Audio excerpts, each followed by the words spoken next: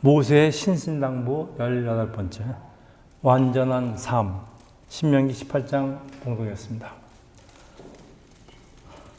완전하다,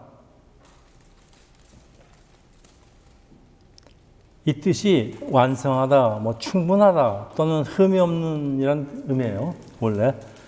근데 성경에서 완전하다고 평가된 사람들은 어떤 사람일까요? 여러분 자신이 완전하다고 생각하십니까? 세상에서 평가하는 기준과는 많이 다른데 세상에서는 완전하다 그러면은 참 뭐라 그럴까요? 도덕적으로도 결점이 없고 또 공부도 잘하고 착하고 이런 사람을 완전하다 그러죠. 그런데 그 세상에서 평가하는 기준과는 달라요. 이 하나님과의 관계가 확실한 사람들을 완전하다 그럽니다. 오늘 주제인데요. 평소에 하나님과 깊은 신뢰 관계를 유지하거나 또는 특정 상황에서 하나님의 기준에 온전히 반응했던 인물들이에요. 자, 그래서 신명기 18장 13절에 너는 내 하나님 여호와 앞에서 완전하라 이렇게 명령하고 있어요. 그런데 이 타락한 아담의 후손인 사람에게 완전함은 있을 수가 없어요. 우리가 AI 같으면 혹시 모르죠. 프로그램대로 AI는 하니까. 근데 우리 보고 어떻게 완전하라고 하는지 도대체 하나님은 왜 불가능한 것을 명령하실까요? 근데 오늘 본문에 힌트가 있어요. 내 하나님 여호와 앞에서 완전하라. 그냥 완전하라는 게 아니고요. 내 하나님 여호와 앞에서. 이게 무슨 뜻일까요? 다시 말하면 완전할 수 없는 존재가 사람인데 그래도 하나님이 인정하시기를 너 그만하면 됐다. 너 그만하면 완전하다. 그런 뜻이에요. 그러니까 하나님과의 관계나 자세를 말씀하고 있어요. 여기 우리의 희망이 있습니다. 내 하나님 여호와 앞에서 완전하라는 말씀은 하나님을 향한 그리고 그 누구와도 나눌 수 없는 한결같은 마음, 하나님에 대한 마음입니다. 그리고 하나님에 대한 전적인 신뢰에 초점이 맞춰져 있어요. 완전한 원어가 탐인인데요. 이거는 흠 없는 제물에 사용된 단어예요. 이스라엘이 제사 지낼 때 흠 없는 제물이라고 그러면 점 있어도 안 되고 그렇지 않습니까? 그걸 완전하다 그러는데 하나님께 드려지는 희생 제물이 깨끗하고 온전해야 함을 그런 뜻이에요. 그러니까 우리의 마음이 딴 것과 나눠지지 않고 정직하고 진실한 상태를 의미하면서 나의 모든 삶을 하나님께 내어드리는 것인데, 아까 우리 하나님께 우리의 삶으로 산 제물로 하나님께 드려라. 그게 완전한 삶입니다. 이게 결국은 누구를 우리가 따르고 누구를 흉내내라는 말일까요? 신명기 18장 15절이 있습니다. 내 하나님 여호와께서 너희 가운데 내 형제 중에서 너를 위하여 나와 같은 선지자 하나를 일으키시리라. 너희는 그의 말을 들을지라. 하나님이 일으키시는 선지자 말을 들으라는 거예요. 그 모세가 말씀한 하나님이 우리를 위해서 일으킨 선지자는 누굴까요, 여러분? 오늘의 주제입니다. 그래서 신명기 18장의 핵심은 참된 선지자와 이제 거룩한 구별인데, 여러분 정답부터 얘기하면 참된 선지자는 한 분밖에 없어요. 바로 예수 그리스도.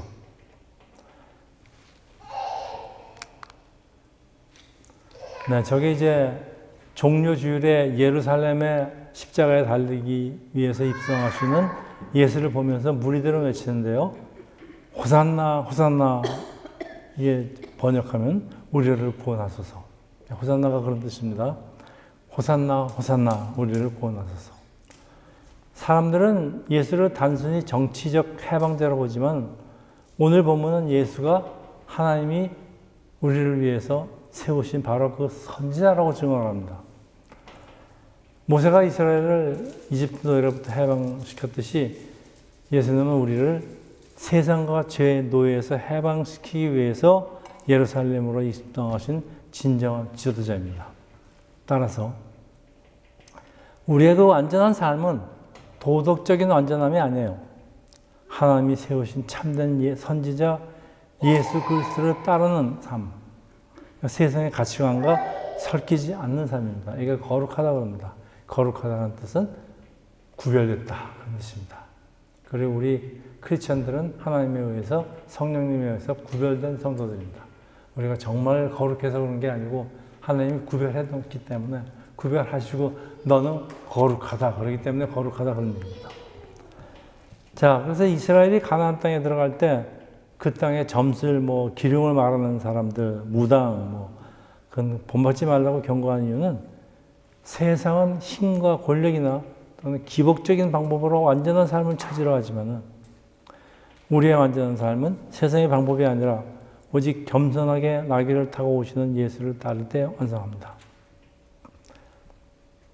따라서 성경에 말하는 완전함은 우리가 실수가 전혀 없는 사람이 되어야 한다는 뜻이 아니에요. 우리는 실수를 할 수밖에 없는 사람들입니다. 그렇지만 우리의 삶이 중심이 흔들릴 때마다 다시 하나님께로 돌이키는 태도, 진심으로 내 삶의 일부만 아니라 내 삶의 모든 것, 우리 직장이나 가정이나 개인적인 시간, 내 삶의 모든 것을 모든 영역에서 이것은 나의 것이 아니고 하나님의 것이다. 내게 있는 이 시간도 하나님이 주신 시간이고 내가 누리고 있는 이 직장, 이 좋은 직장도 하나님이 주신 것이고 내가 누리고 있는 좋은 교육 환경, 이것 하나님이 나를 위해서 주신 거라는 하나님의 통치를 인정하는 거예요. 이렇게 사는 것을 성경은 하나님과 동행한다라고 표현합니다. 그러니까 하나님과 동행한다는 것이 우리의 그 구별된 삶이고 거룩한 삶이고 완전한 삶입니다. 하나님과 끊임없이 소통하면서 기도하면서 인도하심을 따르는 과정 자체가 그게 완전함이에요. 그래서 오늘 본문의 완전함은 다른 것에 마음을 빼앗기지 않고 오직 주님 한 분만으로 충분하다고 고백하면서 전적으로 신뢰하는 태도를 의미합니다. 오늘 찬양도 같이 했지만 주님 한 분만으로 만족해. 자, 성경에 그런 사람 누굴까요? 몇 사람 있어요. 노아, 하나님과 동행한 사람. 동행, relationship. 세상의 흐름에 휩쓸리지 않고 신앙을 지키는 것. 성경은 노아를 당대의 완전한 자라고 기록하는데 이건 도덕적인 기준이 아니고요. 노아의 자세입니다. 하나님 보시기에 완전한 이유는 노아가 살았던 시대의 극심한 타락 속에서도 하나님의 말씀에 순종하고 방주를 만들었고 하나님과 늘 동행, walk with God 했기 때문으로 성경적인 완전함은 하나님과의 동행의 관계에서 나옵니다. 여러분, 우리가 거룩해지려고 애를 쓸 필요는 없습니다. 하나님과 동행을 하면 하나님은 자동적으로 우리를 거룩하게 하십니다. 둘째, 아브라함이 있습니다. 우리 신앙의 믿음의 아버지라는 아브라함, 순종의 모델입니다. 믿음과 순종으로 내 계획보다 하나님의 약속을 더 신뢰하는 것입니다. 하나님은 아브라함에게 너는 내 앞에서 행하여 완전하라고 명령을 하십니다. 근데 아브라함은 초기에는 두려움 때문에 아내를 누이라고 속이는 비겁한 모습을 보이기도 했지만은 나중에는 자신의 가장 소중한 아들, 하나밖에 없는 아들 이삭을 바칠 정도로 하나님을 전적으로 신뢰했는데 하나님은 그의 믿음을 보시고 의롭고 완전하게 여기셨습니다. 셋째, 욥입니다. 욥은 고난 가운데서 인내를 했던 그런 인물입니다. 고난 중에서도 원망 대신에 하나님을 끝까지 바라보는 것. 이거 쉽지 않습니다. 욥은 성경에서 온전하고 정직하여 하나님을 경외하며 악에서 떠난 자라고 소개되지만은 욥도 고통이 극에 달했을 적에는 자기의 생일을 저주하고 하나님께 따지던 사람입니다. 그래서 그런 옛날에 그런 노래도 있습니다. 불쌍한 어머니 왜 나를 낳으셨나요? 장민 가수가 막 부르짖듯이 한 노래 가사인데 참 그게 가슴을 찔리는 데가 있어요. 불쌍한 건 자기인데 왜 자기 어머니를 불쌍하냐. 네, 어머니가 자기를 평생 돌봐야 되는 그 어머니가 불쌍했던 것 같아요. 그래서 그런 노래가 있는데 참 그런 가슴이 울리는 노래예요. 그런데 그 욥의 완전함은 어디에 있을까요? 욥이 왜 완전했다 그럴까? 하나님 보시기에. 욥 그러면 인내예요. 참는 거예요, 그냥. 그 욥은 자기의 고난이 이유를 알 수가 없었어요. 자기는 하나님한테 잘못한 게 없고요. 그 여러 가지로 섬세하게 자기 자식들도 하나님께 잘못할까 봐 그냥 기도하고 그러는 사람이에요. 그러니까 그런데도 그 엄청난 고난이 찾아오는데 욥은 그게 사탄의 장난이라는 걸 알 수가 없어요. 그런데 그 이유를 알 수 없는 고난 속에서도 끝까지 하나님을 부인하지 않고 결국 이 모든 것을 다 하나님 손에 맡기고 자신의 한계를 인정하고 하나님 앞에 무릎을 꿇었습니다. 그래서 욥을 인내의 아버지, 네. 그 인내를 하나님이 의롭다고 하시는 거예요. 자, 그래서 오늘 본문 신명기 18장 9절에서 12절입니다. 내 하나님 여호와께서 내게 주시는 땅에 들어가거든 너는 그 민족들의 가증한 행위를 본받지 말 것이며 그의 아들이나 딸을 불 가운데 지니게 하는 점쟁이나 기륭을 말하는 자, 요술하는 자나 무당이나 여러분 자기 아들이나 딸을 불 가운데 지나게 한다는 게 무슨 말인가 하면요. 가나안에는 그런 종교가 있었습니다. 자기가 믿는 신에다가 자기의 자식을 태워서 제물로 바치는 그런 습관이 있었습니다. 아주 사악한 습관인데 왜 그랬느냐? 자기 딴에는 사람한테 제일 중요한 게 자기 자식인데 자기 신한테 자기 제일 소중한 거를 제물로 바치면은 자기한테 복이 돌아오지 않을까. 이런 참 어처구니없는 생각입니다. 진언자나 신접자나 박수나 초혼자를 너희 가운데서 용납하지 말라. 네, 신접사, 초혼자는 막 귀신을 부르고 죽은 사람을 부르고 이런 사람들입니다. 이런 일을 행하는 모든 자를 여호와께서 가증히 여기시니 이런 가증한 일로 말미암아 네 하나님 여호와께서 그들을 네 앞에서 쫓아내시니라. 자, 이 본문이 말씀하는 완전함이란 우리 신앙의 자세를 말하고 있어요. 특히 우상을 섬기는 행위와 관계가 있는데 하나님과 우상을 같이 섬기면은 완전한 믿음이 될 수 있죠. 하나님이 n분의 1밖에 안 됩니다. 특히 이적이나 기적, 사슬 행위를 하면서 자신을 하나님 위치에 올리고 사람들을 현혹시키게 따르게 하는 행위를 하나님이 싫어하십니다. 여러분 얼마나 많은 기독교도 마찬가지입니다. 종교 지도자들이 그냥 뭐 이상한 짓 하면서 이게 기적이 나타났다 그러고 사람들을 홀리고 그랬습니다. 그 옛날에는 뭐 그런 일들 많이 했어요. 네, 이런 거 그게 다 자기 능력을 과시해서 나는 하나님은 아니지만 그래도 하나님급에 속한 사람이라는 걸 자기가 믿는 사람들을 알리고 따르게 하려는 그런 하나의 속임수입니다. 이런 거 하지 말라는 겁니다.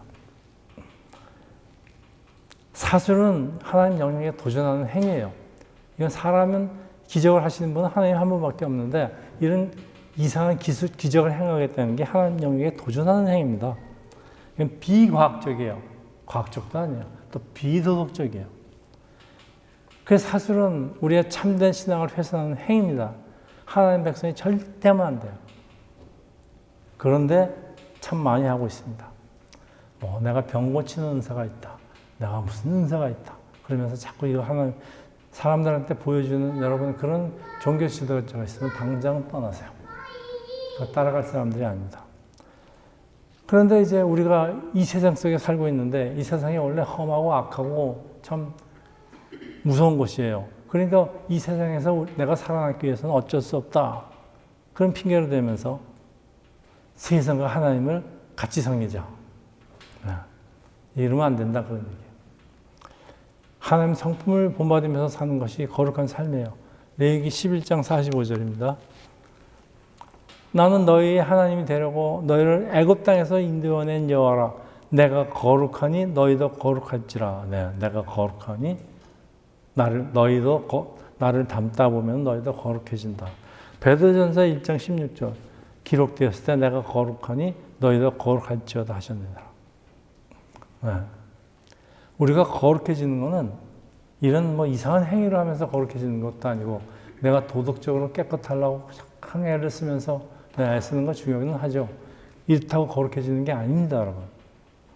하나님을 구원받은 당신의 자녀들이 하나님을 닮아서, 예수를 닮아서 온전하게 살기를 원하는데, 근데 이 완전함이, 이 온전함이 우리 자신의 힘으로 가능할까요? 내가 온전히 살고 싶다고, 온전하게 살려고 노력한다고 온전함을 자신의 힘으로 가능할까요?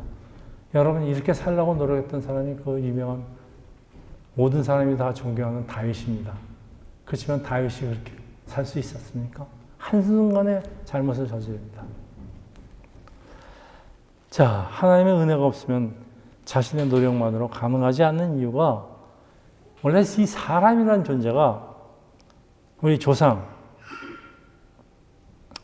아담의 타락한 이후에 근본적으로 타락했다는 것이 어거스틴의 말씀입니다. 근본적으로 타락했어요. 도저히 일레버커블 구제할 가망이 없이 타락했습니다. 그래서 전혀 희망이 없는 존재가 되었기 때문에 사람은 실수를 저지를 수밖에 없어요. 그래서 우리가 매일 회개하고 그러지 않습니까? 매주 교회에 와서 회개하고. 우리 어쩌면 좋을까요? 네. 천국 갈 자격이 없습니다. 어쩌면 좋을까요? 그럴수록 예수를 따라야 한다. 레위기 20장 8절입니다. 너희는 내 길을 지켜 행하라. 나는 너희를 거룩하게 하는 여호와시니. 빌립보 4장 13절. 내게 능력 주는 자 안에서 내가 모든 것을 할 수 있느니라. 두 구절이 있습니다. 하나님의 은혜와 도우심, 인도하심에 의해서 온전하게 되는 길로 나갈 수 있는데 이 완전함이란 우리가 영육간에 전혀 죄를 짓지 않고 죄에 오염되지도 않고 죄라는 생각도 하지 않고 그렇게 우리가 완전히 변했다는 뜻이 아니에요. 우리는 그렇게 변할 수가 없어요. 이 땅에서는. 우리가 아무리 경건하게 살려고 해도 이 땅에서는 우리가 도저히 이룰 수가 없는 겁니다. 왜 이룰 수가 없을까요, 우리는? 고린도전서 15장 50절입니다. 형제들아 내가 이것을 말하노니 혈과 육은 하나님 나라를 이어받을 수가 없고 또한 썩는 것은 썩지 않는 것으로 유업을 받지 못하니라. 네. 우리 혈과 육으로 구성된 우리 사람들은 하나님의 나라를 이어받을 수가 없어요. 근본적으로. 우리 썩는 몸을 가진 사람들은 썩지 않는 하나님의 그 놀라우신 그 하나님의 부활체를 유업으로 받지 못합니다. 네. 그러면은 혈과 육으로 구성된 사람들, 우리들은 하나님의 거룩함을 전혀 이룰 수 없는 것일까요? 그러면 예수님이 필요 없습니다. 우리는 언제 하나님을 닮을 수 있을까요, 그러면? 네, 희망이 있어요. 예수 그리스도가 재림할 때, 혹은 우리가 이 땅에서 먼저 죽어서 하나님 나라로, 하나님께로 갈 때, 우리도 그리스도의 몸처럼 변화가 됩니다. 이때 할 수가 있어요. 고린도전서 15장 51절에서 54절입니다. 보라, 내가 너에게 비밀을 말하노니, 사도 바울의 말씀입니다. 우리가 다 잠잘 것이 아니요 마지막 나팔에 순식간에 호련히 다 변화되리니 나팔 소리가 나매 죽은 자들이 썩지 아니할 것으로 다시 살아나고, 부활입니다. 우리도 변화되리라. 이 썩을 것이 반드시 썩지 않을 것을 입겠고 이 죽을 것이 죽지 아니함을 입으리라. 이 썩을 것이 썩지 아니함을 입고 이 죽을 것이 죽지 아니함을 입을 때 사망을 삼키고 이기리라. 기록된 말씀이 이루어지리라. 하나님이 거룩하기 때문에 우리가 하나님을 닮으면 우리가 거룩해진다는 이 기록된 말씀이 이때 가서 이루어진다 말씀입니다. 따라서 타락한 아담의 후손으로서는 하나님처럼 거룩해질 수는 없어요. 오직 예수 그리스도의 역사로 가능하기 때문에 예수가 부활하신 이유입니다. 그리고 부활하신 후에 이 땅에 오신 이유입니다. 그래서 예수가 이 땅에 오신 이유는 분명합니다. 예수가 이 땅에 오신 이유는 우리를 하나님처럼 종국적으로 거룩한 만들기 위해서 예수가 오셨습니다. 빌립보서 3장 21절입니다. 그는 만물을 자기에게 복종하게 하시는 자의 역사로 우리의 낮은 몸을 자기의 영광의 몸인 형체와 같이 변하게 하느라. 예. 히브리서 10장 10절 이 뜻을 따라 예수 그리스도의 몸을 단번에 들이심으로 말미암아 우리가 거룩함을 얻었습니다.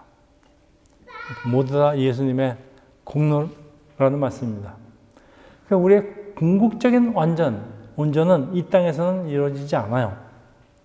그렇지만 예수 그리스도의 대속의 보혈을 믿음으로써 우리가 천국에 들어갈 때 완전히 새로운 몸으로, 부활체로, 죄가 없는 몸으로, 죄를 짓수 없는 몸으로 완전히 이루어지게 됩니다.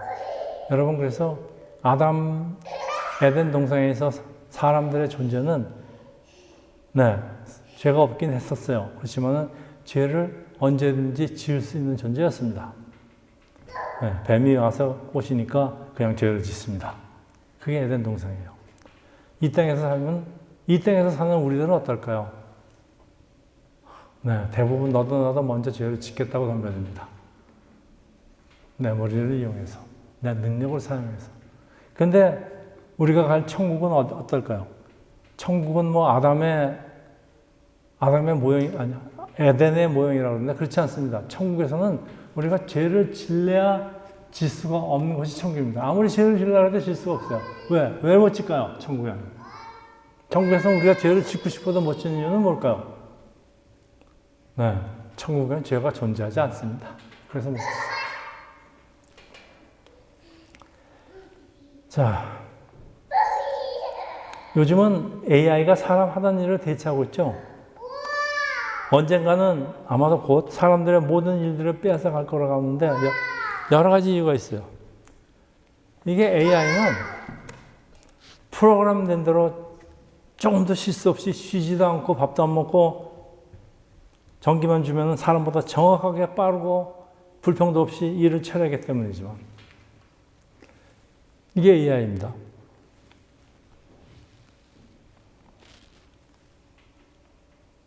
그게 AI의 삶이 완전한 삶일까요? 아마 AI를 개발한 사람, AI를 만든 사람 입장에서 보면은 자기 프로그램 한 대로만 하기 때문에 넌 퍼펙트 그럴 거예요. 내가 딱 시키는 것만 하지 마. 프로그램 딱 된 것만. 근데 만약에 그 개발자가 AI에게 약간의 자유를 줍니다. 네 생각이 괜찮다고 하는 거는 제한되지만 너 해도 돼. 그럼 얘가 어떨까요? 세상 사람들 보니까 자기보다 훨씬 못해. 자기보다 게으르고 뭐 아주 나쁘고 아주 나쁜 마음만 갖고 있고 AI가 생각합니다. 이런 것들이 이 지구를 지배하고 있느니 이 지구를 위해서 이 애들은 없는 게 나아. 그러고 다 죽이는 게 이제 그 AI의 반란입니다. 그런데 여러분 이거 잘못 생각하지 마세요. 하나님은 우리도 프로그램 됐어요. 사실 하나님에 의해서 프로그램 됐지만은 하나님 우리에게 자유의지를 주셨어요. 그러니까 사람들이 자유의지대로 지 마음대로 하는 거예요. 뭐 AI나 별로 다를 게 없습니다. 그래서 사람들이 자유의지를 행할 적에는 굉장히 제한적으로 자기를 자제하면서 자기 생각을 죽이면서 하나님 뜻에 따르려고 노력을 해야 되는 이유가 우리가 악자하면은 잘못 생각합니다. 저런 사람들은 죽는 게 나아. 전쟁이 일으키지 않습니까? 히틀러가 생각하기에 저 유대인들은 차라리 죽는 게 나아. 600만 죽입니다. 이게 사람이 하는 짓입니다. 하나님이 원하는 것은 우리가 AI 같은 삶이 절대 아니에요. 성경이 말하는 완전한 삶이란 건 하나님 사랑 안에 거하면서 하나님처럼 생각을 하고 하나님의 성품을 닮아가는 성숙한 과정이라고 정의할 수 있어요. 그러니까 그 결과보다도요, 자세와 초점에 맞춰 있었습니다. 이게 굉장히 중요합니다. 세상은 결과를 중요하죠. 아무리 정직하게 열심히 일해도 돈 못 번 사람은 다 소용없어. 시험 떨어진 사람은 다 소용없어. 위너 테이커. 그렇지만 그렇지 않습니다. 성경에 말씀하시는 삶은 자세와 초점에 맞춰져 있어요. 자, 이제 말씀을 좀 정리하겠습니다. 그렇다면은 이 땅의 우리의 삶 속에서 하나님이 원하시는 완전한 무엇을 의미할까요? 우리 대충 감을 잡았습니다. 우리 삶 속에서 하나님의 은혜와 복, 하나님의 도우심, 인도하심을 전적으로 의지하면서 그렇게 사는 자세를 말씀합니다. 자세입니다. 제가 신앙은 자세라고 계속 강조하는 이유가 자세입니다. 따라서 오늘 종료주의를 맞이하는 성도들의 완전한 삶이란, 우리의 완전한 삶은 감정적인 환호에 머무는 것이 아니고 그분 말씀에 끝까지 머무는 경청, 하나님의 말씀을 경청하고 그 말씀에 순종하는 우리의 자세에 있습니다. 예수의 예루살렘 입성은 우리의 귀를 할례해서 딴 나쁜 음성도 듣지 못하게 하고 하나님의 음성만 듣게 하는 거룩한 행진이에요. 우리가 오늘 종료주일에 이거 흔들었어요. 그렇죠? 호산나 호산나.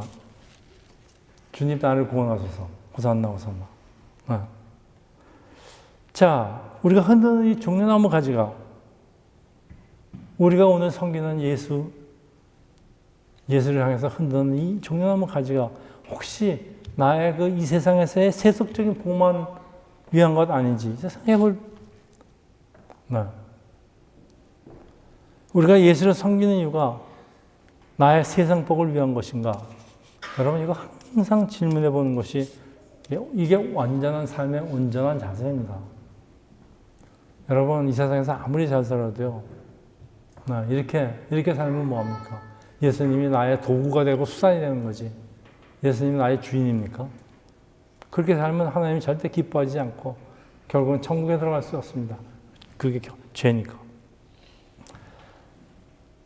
신약시대를 살아가는 우리는 특히 삼위일체 세 분 중에서 성령 시대에 살고 있는 우리는 성령을 절대적으로 의지해야 됩니다. 갈라디아서 5장 16절 내가 이르노니 너희는 성령을 따라 행하라. 그러하면 육체의 욕심을 이루지 아니하리라. 우리가 성령을 따라 행하면 우리 육체의 정욕을 이길 수가 있다는 거예요. 육체의 정욕을 이길 수는 성령입니다. 성령의 인자하심을 항상 간구하면서 성령님 오늘도 오셔서 내 삶에 오십시오. 내 삶을 찾아주셔서 아침에 일어나면 성령님 오늘도 저와 함께 하셔서 저를 하나님이 기뻐하시는 삶으로 살 수 있도록 성령님 저를 도와주십시오.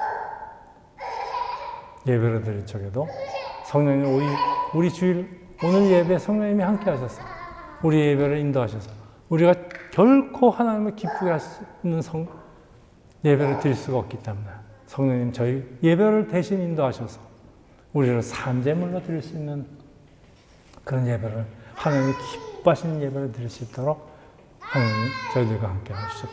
이게 우리들의 기도입니다. 그래서 우리가 하나님 앞에서 온전히 사는 것은 우리의 힘이 아니고 하나님의 은혜로만 된다는 것을 잊지 마세요. 종려나무 가지를 흔들면서 세상의 왕을 기다리지 말고요. 세상의 왕을 기다리지 마시고요. 내 삶의 모든 가증한 것을 끊어내시는 참된 선지자 예수를 바라보기를 축원합니다. 기도하겠습니다. 할렐루야. 아버지, 오늘 종료주일 예배로 아버지께 예배를 드렸습니다. 우리의 완전한 삶은 오직 예수 그리스도를 따르며 성령의 인도하심으로 이루어질 수 있는 하나님 아버지, 우리가 마음속에 깊이 간직하고 잊지 않도록 도와주시옵소서. 이 모든 말씀 우리 주 예수 그리스도의 이름 받들어 감사드리며 기도합니다. 아멘.